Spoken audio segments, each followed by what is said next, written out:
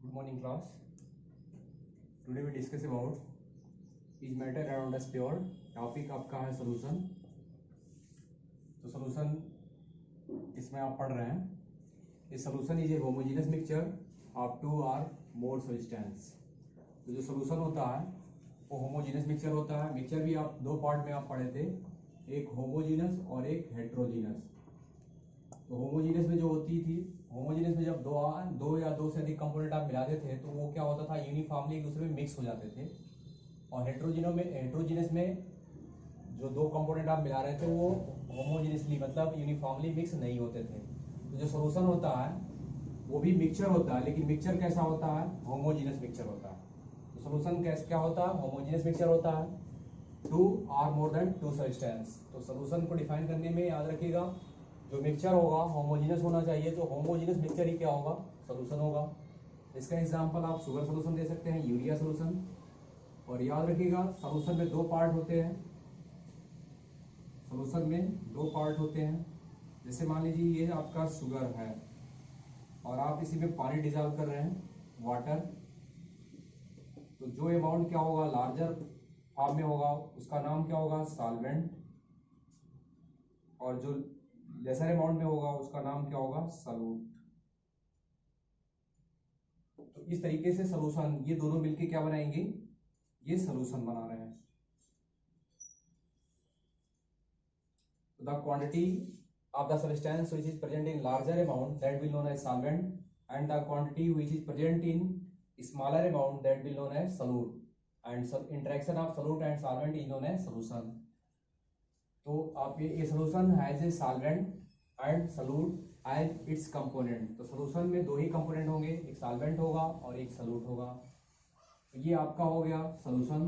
Next है बेटा properties of solution. Solution की क्या प्रॉपर्टी है, तो जो प्रॉपर्टी आप देख रहे हैं होमोजेनियस, तो आप पहला पॉइंट होमोजेनियस मिक्सचर होता है. सेकेंड प्रॉपर्टी है पार्टिकल की जो साइज होती है स्मॉलर देन 1 नैनोमीटर. 1 नैनोमीटर याद रखिएगा, 1 नैनोमीटर इक्वल टू 10⁻⁹ मीटर. तो पार्टिकल की साइज क्या होती है, 1 नैनोमीटर से भी क्या होती है, कम होती है. नेक्स्ट प्रॉपर्टी है can not be seen naked eye. आप नेकेड आई से, can not be seen by naked eye, नंगी आंख से आप देख नहीं सकते हैं. Path of light is not visible in solution. अगर ये आपका सोल्यूशन है, ये सोल्यूशन है और यहां से आप क्या कर रहे हैं, टॉर्च की लाइट को क्या कर रहे हैं, इसमें आप इसमें एंटर करा रहे हैं. तो ये टॉर्च की जो लाइट यहां आएगी, इसका पाथ विजिबल नहीं होगा. Path is not visible, path is not visible. Visible नहीं है क्योंकि इसके पार्टिकल के साइज क्या होते हैं, छोटे होते हैं. और ये जो लाइट जाती है पार्टिकल से क्या होती है, कोलाइड करती है, टकराती है. तो ये स्कैटर्ड नहीं हो पाती है. तो याद रखिएगा स्कैटर्ड होने के लिए पार्टिकल की साइज क्या होनी चाहिए, बड़ी होनी चाहिए.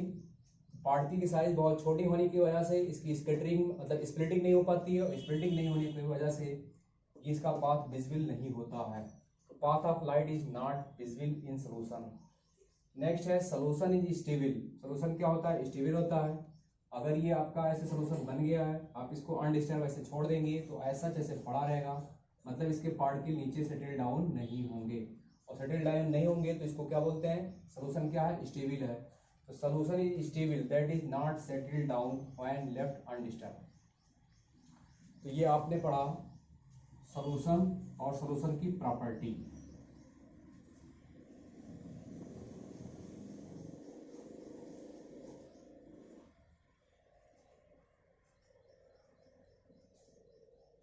Now we discuss concentration of solution. Concentration of solution.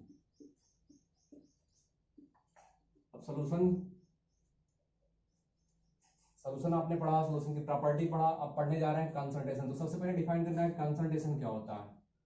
तो कंसंट्रेशन ऐसे आप याद रखिएगा, जैसे इमेजिन करिए आपके पास ये वाटर मॉलिक्यूल है, ये वाटर है, और इस वाटर मॉलिक्यूल में, ये वाटर मॉलिक्यूल मान लो 100 ग्राम है, और इसमें आपने 10 ग्राम शुगर आप डिजॉल्व कर रहे हो. तो आपसे अगर पूछा जाए कंसंट्रेशन क्या है, तो आपका कंसंट्रेशन सीधे सीधे है, कंसंट्रेशन आपका जो होगा 10 ग्राम शुगर और ये आपका क्या है 100 ग्राम वाटर है। अब आप समझ गए होंगे जो कंसंट्रेशन होता है वो क्या होता है, रेशियो होता है सॉल्यूट अपॉन सॉल्वेंट। इसको जब आप सॉल्व करेंगे तो ये 1/10 आएगा, ये 0.1 आएगा, तो इसका कंसंट्रेशन आ गया 0.1 ग्राम, 0.1 ग्राम पर 100 ग्राम ऑफ वाटर, पर 100 ग्राम ऑफ वाटर आ रहा है। तो इस तरीके से आप कंसंट्रेशन डिफाइन कर सकते हैं। तो इसको अगर आप डिफाइन करना हो तो लिखेंगे क्या, इट इज ये रेशियो, ये क्या होता है, एक रेशियो होता है, it is ratio of the amount of solute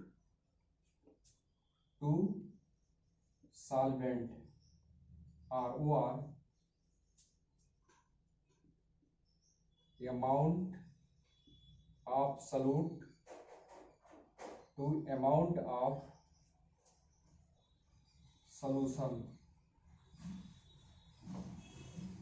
is known as concentration. It is a ratio of the amount of solute to solvent or amount of solute to amount of solution. Amount of solution is known as concentration. Is known as concentration. तो याद रखिएगा कोई भी solution होगा उसमें जो solute और solvent के अमाउंट का जो रेशियो होगा उसी का नाम क्या होगा, कंसंट्रेशन।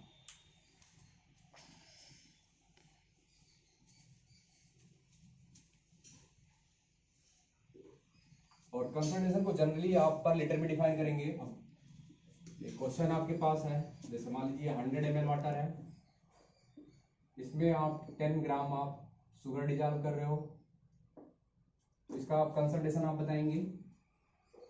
तो आप देख रहे हैं 100 ml वाटर में आपका शुगर क्या है, amount of sugar, amount of sugar equal to 10 gram, amount of sugar equal to कितना ग्राम है, 10 ग्राम है। और याद रखिएगा कंसंट्रेशन आप जनरली लीटर में बताओगे, तो 1 लीटर में 1000 ml होता है, तो 1000 ml में कितना होगा, तो आप सॉल्व कर सकते हैं। तो equal to 1000 into 10 divided by 100 है, तो ये आप कैंसिल कर देंगे, तो ये आपका होगा 100। अभी 100 क्या आ रहा, 100 ग्राम पर लीटर आ रहा है। तो इसका अगर किसी ने कंसंट्रेशन आपसे पूछा तो आप क्या बताएंगे, 100 ग्राम पर लीटर। कंसंट्रेशन कितना आ गया, 100 ग्राम पर लीटर आ रहा है।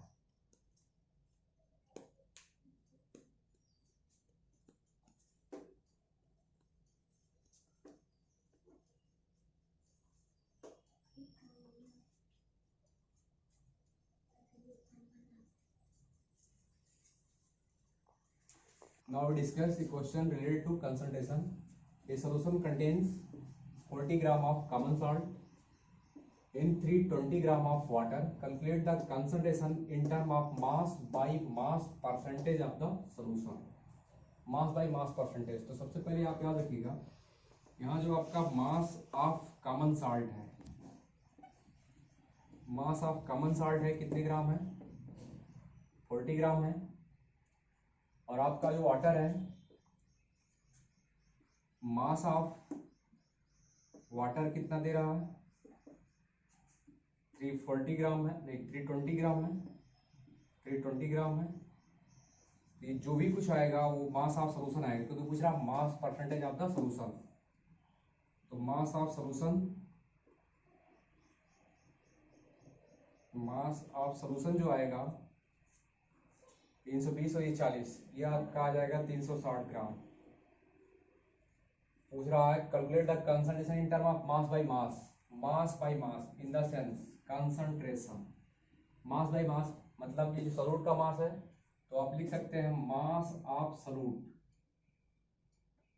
Divided by mass of solution. Into 100 है। मास ऑफ सॉल्यूट आप याद रखिएगा कितना है, 40 है। मास ऑफ सॉल्यूशन अभी भी आपने कैलकुलेट किया 360 और इंटू 100, इसे सॉल्व कर लेंगे आपका आंसर आ जाएगा, और जो भी आंसर आएगा वो परसेंटेज में आएगा। आज बस इतना ही, थैंक यू।